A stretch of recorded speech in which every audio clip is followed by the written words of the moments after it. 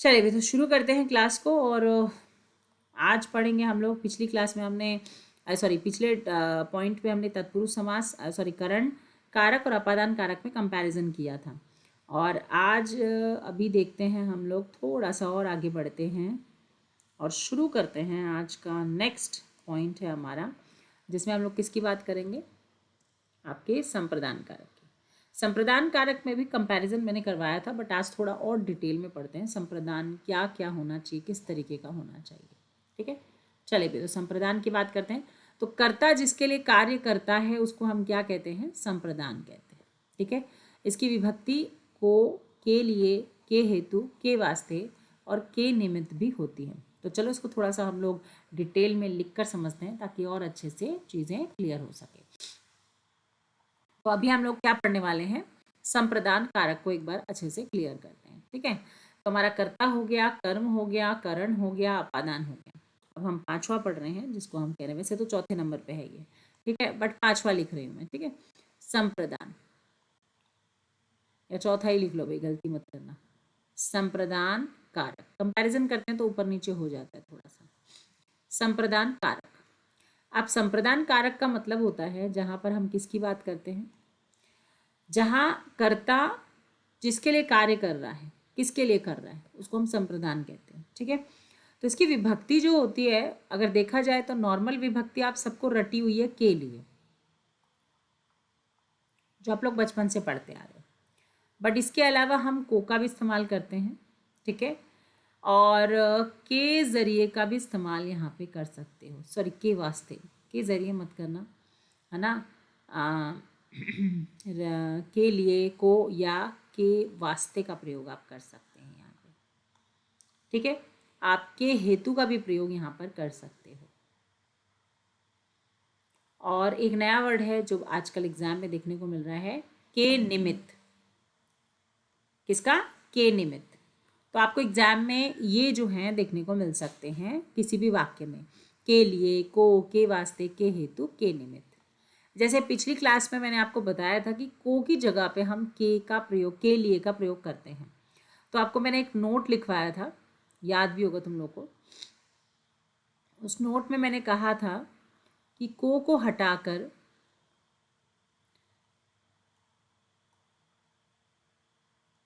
को हटाकर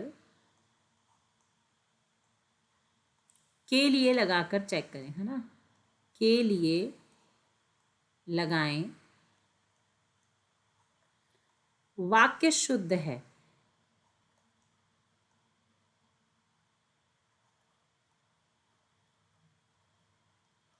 तो संप्रदान है।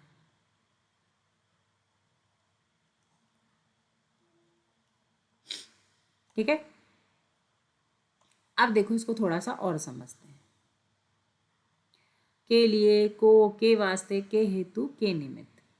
आप देखोगे कि संप्रदान कारक की जब हम बात करते हैं तो संप्रदान कारक में साधन तो नहीं है ये।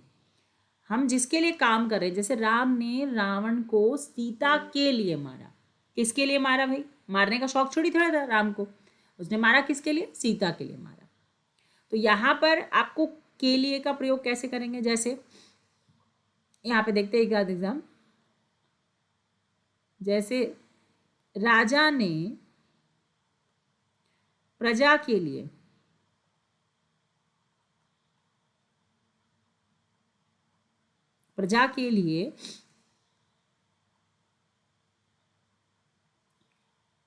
हथियार उठाए,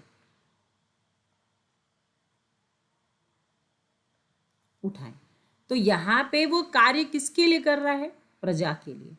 तो यहाँ प्रजा हमारा संप्रदान कारक है, और के लिए क्या है, विभक्ति है। ठीक है, थोड़े से एग्जाम्पल और देखते हैं। जैसे मान लो यहाँ पे हम क्या बोलेंगे, भिखारी को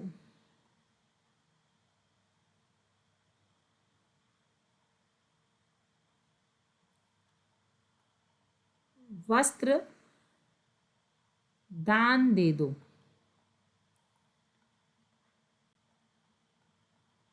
अब यहाँ पे मैंने को का प्रयोग किया है।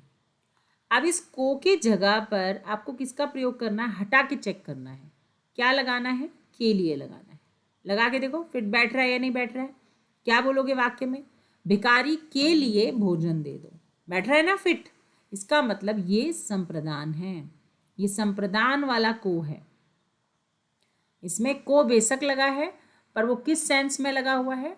आपके को के नहीं, के लिए के सेंस में लगा हुआ है। जैसे वह हम लोग कई बार बोलते हैं कि मम्मी को चाय दे दो,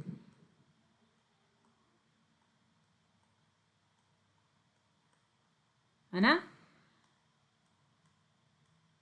पापा को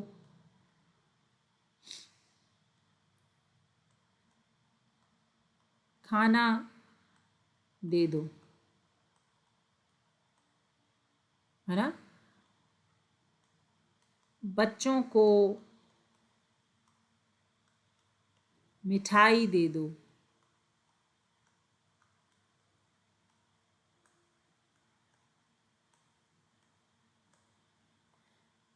सुधार लेना मिठाई। तो यहां पर क्या हो जाएगा? मम्मी को, पापा को, बच्चों को, इनको चेंज करके देखो। मम्मी के लिए चाय दे दो, पापा के लिए खाना दे दो, बच्चों के लिए मिठाई दे दो। तो ये सब आपके को के सेंस में नहीं है, के लिए के सेंस में है। इसीलिए हम को की जगह पे के लिए का प्रयोग कर सकते हैं। अब थोड़ा सा और आगे बढ़ते हैं। आप देखोगे कि हम यहाँ पर ऐसे एग्जाम्पल्स का भी प्रयोग कर सकते हैं। जैसे कुछ टाइपिंग मिस्टेक्स हो जाती है, वो ध्यान रखिएगा।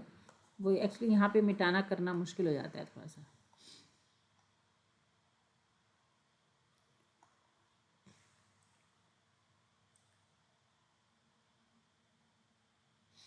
जैसे यहाँ देखोगे हम लोग अक्सर ऐसे कुछ एग्जाम्पल्स लिखते हैं। जैसे देखोगे कि हम लोग कई बार क्या बोलते हैं,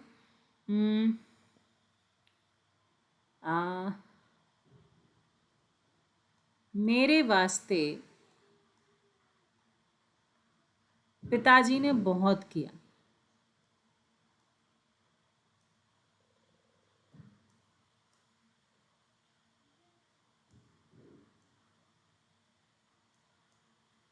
मेरे वास्ते पिताजी ने बहुत किया, है ना।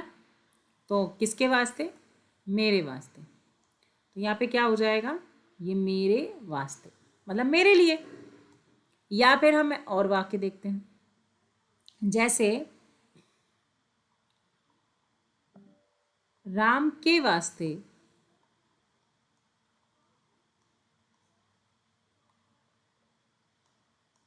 सीता ने सब कुछ छोड़ दिया, सब कुछ त्याग दिया। तो किसके वास्ते? राम के वास्ते। तो राम यहां पर आपका क्या हो जाएगा? क्या हो जाएगा यहाँ पे? आपका संप्रदान कारक हो जाएगा, है ना। अब देखोगे के वास्ते के अलावा हम लोग यहाँ पर के हेतु भी कर सकते हैं। जैसे हम लोग कई बार ऐसा बोलते हैं कि पेट हेतु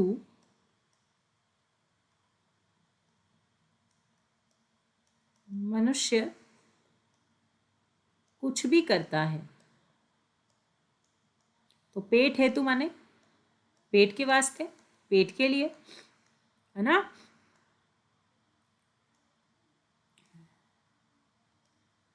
ईश्वर हेतु मैं सदैव तत्पर हूं।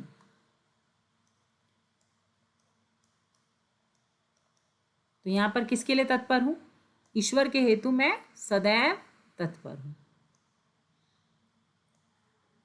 तो यहां पर क्या समझ आ रहा है कि भैया यहां पर के हेतु, है ना। ईश्वर के हेतु मतलब ईश्वर के लिए, पेट हेतु पेट के लिए। इसी में हम निमित्त का भी प्रयोग कर सकते हैं। जैसे कहते हैं ना कि मेरे निमित्त, निमित्त का मतलब भी वही होता है, के लिए, मेरे निमित्त ईश्वर की असीम कृपा है। मतलब कृपा की कोई सीमा ही नहीं है, असीम कृपा है ना। मेरे निमित्त ईश्वर की असीम कृपा है।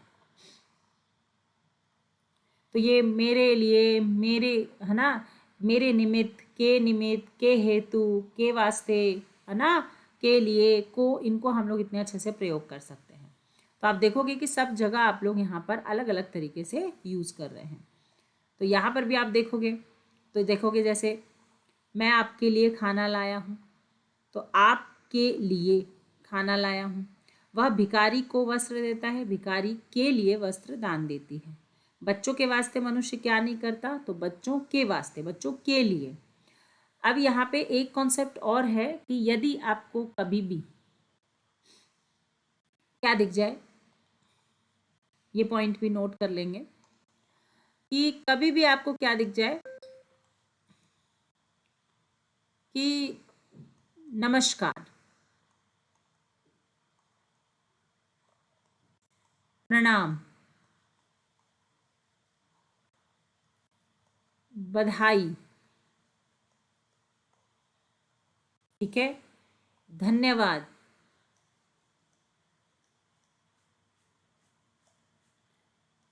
या फिर आशीर्वाद,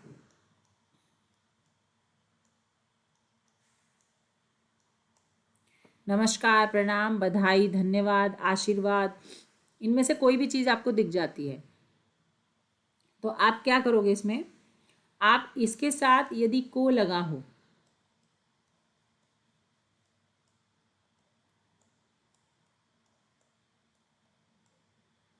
वह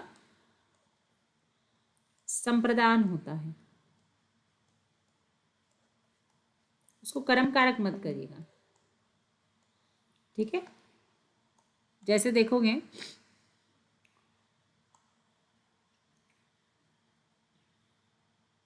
जैसे एक एग्जाम्पल आया था, तुलसी ऐसे पतित को बार बार धिक्कार।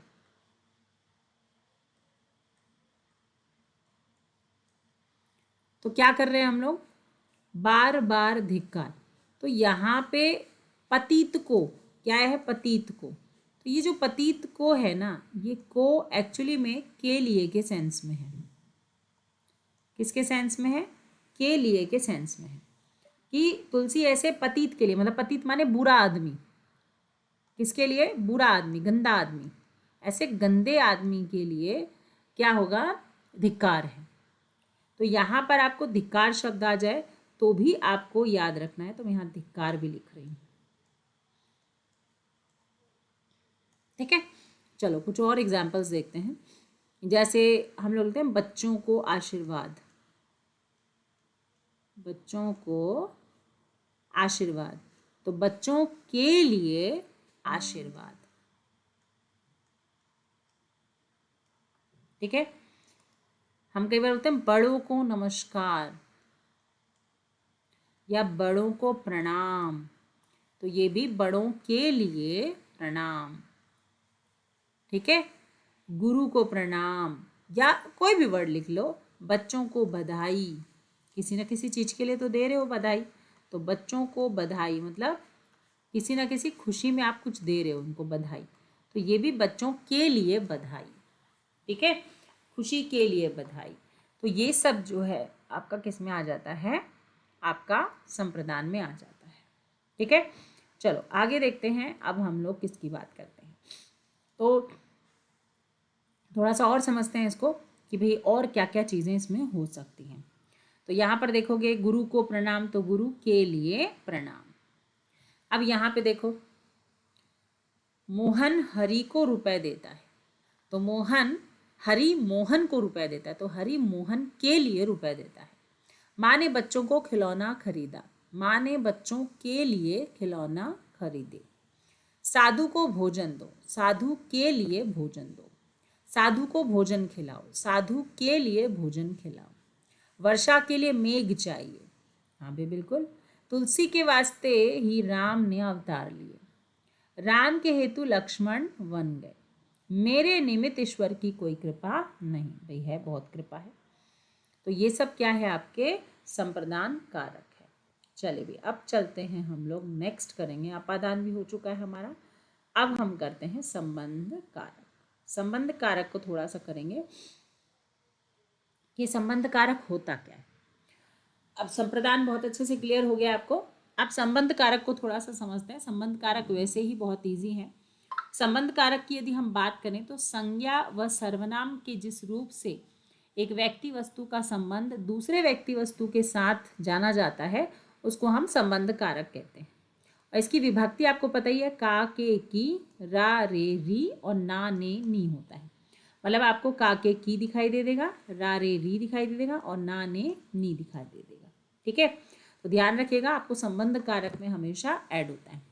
अब इसमें देखोगे क्या होगा कि आपको किस तरीके के एग्जाम्पल होते हैं। ये सबसे इजी माना जाता है। तो यहाँ का के की का मतलब है जैसे राम का भाई है, ये वाला का, या सीता की बहन है, ये वाला की, सीता की बहन है, या हाँ आप बहुवचन में भी लगा सकते हैं। ठीक है, राम के भाई हैं, राम के देशवासी हैं। अब रा रे री क्या होता है, जैसे मेरा भाई है, तो ये रा मेरा, मेरी और मेरे, ये वचन के हिसाब से होता है। नाने नी क्या होता है, जैसे अपना घर है ना, अपनी रसोई है,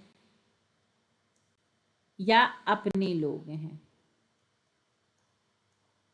तो ये सब क्या हो जाएगा, आपका संबंध कारक हो जाएगा। उदाहरण, ये राम के कपड़े हैं। अब देखोगे यहाँ पे राम के कपड़े हैं, किसके कपड़े हैं, राम के कपड़े हैं। वह मेरा पेन है, मेरा पेन है।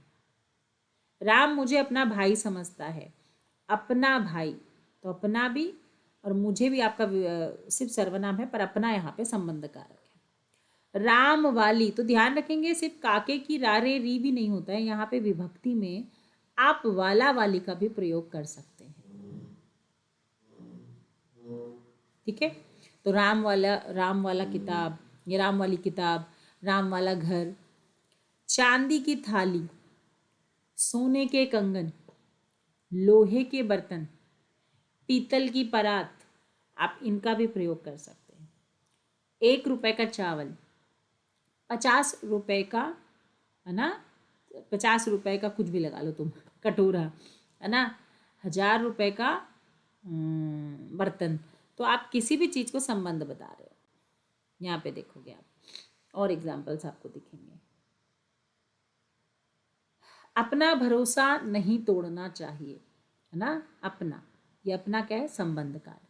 वह दिल का सच्चा है, अकल का कच्चा है, आँख का अंधा है ना। तो ये सब क्या होता है, ये भी संबंध कारक है। 4 भर का हार, मतलब 4 तोले का हार, दिन के दिन, रात के रात, सुबह के सुबह, शाम के शाम, ये भी संबंध कारक है। होली के होली, दिवाली के दिवाली, सोमवार की सोमवार, बात का पक्का, अकल का कच्चा, है ना, वह अब आने का नहीं, तो आने का, ये है संबंध कारक, ये नहीं। कारखाने का काम खत्म हुआ, कारखाने का काम खत्म हुआ, किचन का काम खत्म हुआ, है ना, रोड का काम खत्म हुआ, कहीं भी स्कूल का काम खत्म हुआ, तो ये सब भी आपका क्या होता है, संबंध कारक होता है। प्रेमचंद के उपन्यास, किसके उपन्यास है, प्रेमचंद के।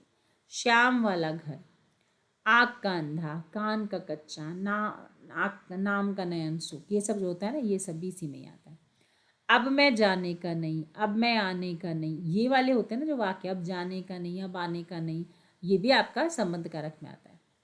जन्म का भिखारी, बोलते हैं ना जन्म से भिखारी है, जन्म का भिखारी। गांठ का पूरा, है ना, मतलब हट का पूरा, तो ये सब आपके इसमें आते हैं, संबंध कारक में आते हैं। तो ध्यान रखिएगा, संबंध कारक बहुत ईजी है, आप देखकर बता सकते हैं। तो आप ध्यान रहोगे कि वहाँ पर आपको अकल का कच्चा, है ना, नाक में दम कर दिया, नाक में दम कर दिया, तो यहाँ नाक में दम कर दिया, ये तो में आ गया है ना। पर आप इसमें काकी की लगा दो कि क्या बोलते हैं, जैसे हम लोग बोलते हैं ना, नाक का तो कुछ नहीं होता, अकल का होता है। और क्या होता है, हाथ का कच्चा, है ना, शरीर का आलसी, दिमाग का कमज़ोर, है ना, ये जो बोलते हैं हम लोग, ये सब आपके संबंध कारक में आते हैं। आया भी समझ में? संबंध कारक कोई भयानक चीज़ नहीं है। अधिकरण कारक की तरफ चलते हैं। अधिकरण कारक हमने पहले भी बहुत अच्छे से पढ़ा था जब हमने कंपैरिजन की थी कर्म कारक में, है ना, संप्रदान में और अधिकरण में। तो जिन्होंने क्लास नहीं देखी वो ज़रूर देख लेने वाली।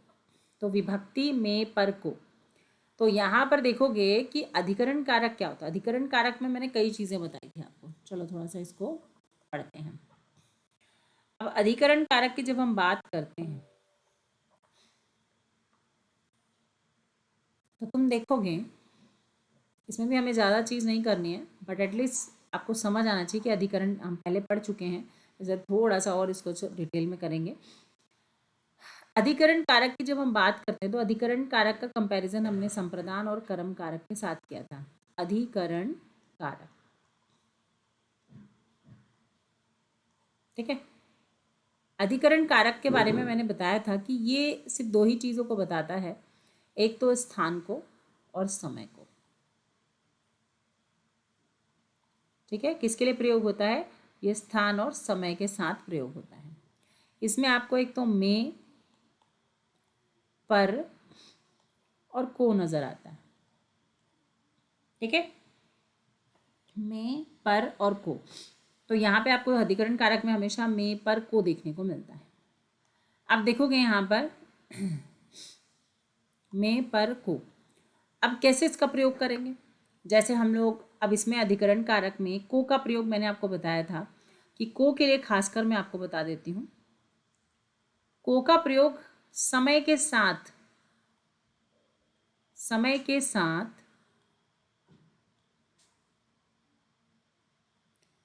को आ जाए,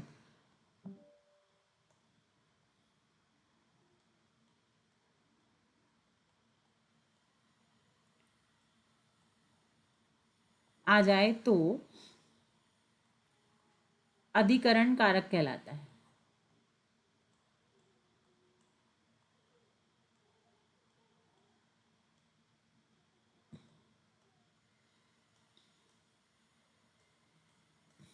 ठीक है।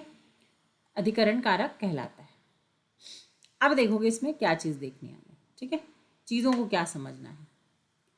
अब देखो, जब मैं लिखूंगी कि वह रात को पढ़ता है,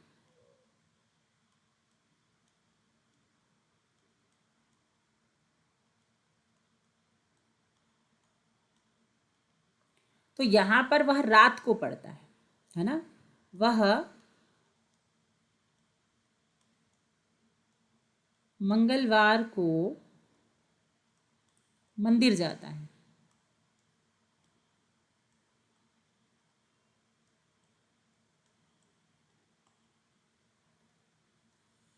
वह दिन को सोता है।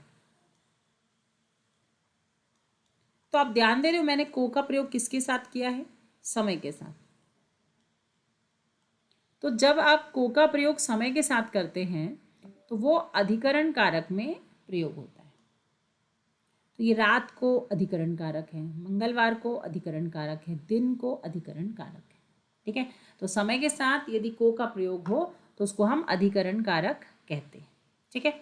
बट इसके अलावा आप कोई भी एग्जाम्पल लिखते हैं तो वो आप अलग से स्थान के लिए भी हो सकता है। जैसे देखोगे कि मैं कहूँगी कि वह छत पर रहता है, तो कहाँ रहता है भाई? छत पर रहता है ना। मछली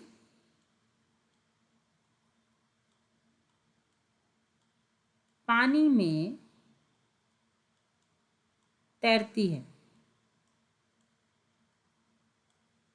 तो कहाँ तैरती है? पानी में तैरती है। तो ये सब क्या है? ये सब आपका अधिकरण कारक। तो अधिकरण कारक में और ज़्यादा तकलीफ वाली चीज़ नहीं है। तो देखोगे यहाँ पर तो में, पर और को का प्रयोग हम लोग करते हैं। क्या आप घर पर मिलेंगे, तो घर पर, तो ये क्या हो जाएगा आपका स्थान।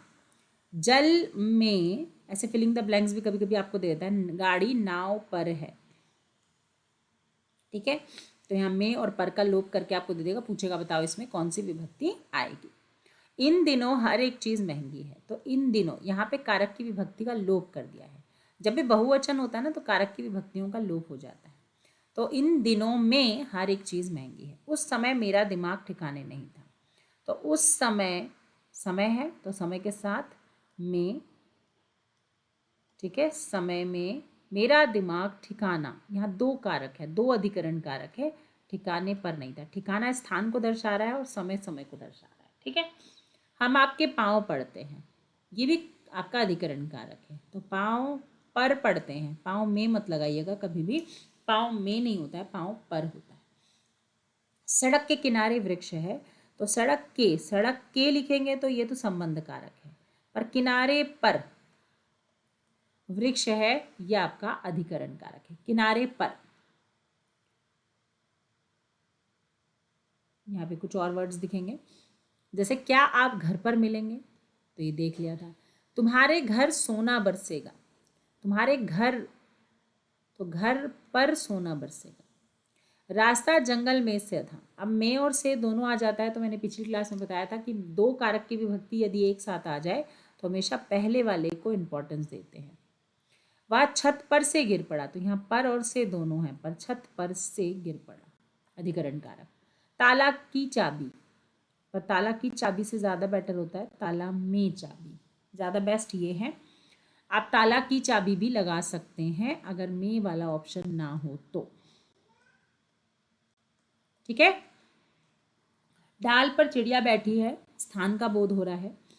वह द्वार द्वार पर भीख मांगता है, स्थान का बोध हो रहा है। उस जगह एक सभा होने जा रही है, उस जगह पर एक सभा होने जा रही है, तो पर का लोप है। तो ध्यान रखिएगा, स्थान और समय आ जाए तो आप माइंड को थोड़ा सा कॉन्सेंट्रेट करें कि वहाँ पर क्या हो सकता है, अधिकरण हो सकता है, ठीक है। तो अधिकरण में कभी कभी हम को का भी प्रयोग करते हैं। तो मेरी चाची जी आज रात को आएंगी, तो ये अधिकरण कारक है। राजन मंगलवार को चेन्नई जाएगा, तो ये भी मंगलवार क्या है, समय है। तो समय के साथ यदि को आ जाए तो वो क्या होता है, तुम्हारा अधिकरण होता है। एंड देन लास्ट आज हम करेंगे जिसको हम कहते हैं संबोधन कारक। संबोधन कारक की यदि हम बात करें तो संबोधन का मतलब क्या होता है, जहाँ हम किसी चीज़ को संबोधित करते हैं। जैसे भाई संबोधित का मतलब यहाँ पर कैसे है, संज्ञा के जिस रूप से किसी को पुकारा, बुलाया, सुनाया या सावधान किया जाए उसको संबोधन कहते हैं। जैसे हम आप पत्नी को बोलते हैं अजी सुनती हो, तो ये भी तो संबोधन है। हाँ जी, ये भी तो संबोधन है। अरे, ये भी संबोधन है। हे, ये भी संबोधन है। ओ, ये भी संबोधन है। तो संबोधन का मतलब है किसी को पुकारने, बुलाने या सावधान करने के लिए, ओ सुन इधर, तो ये भी संबोधन है भाई। तो ध्यान रखिएगा, हे, अरे, ओ शब्द का प्रयोग होता है।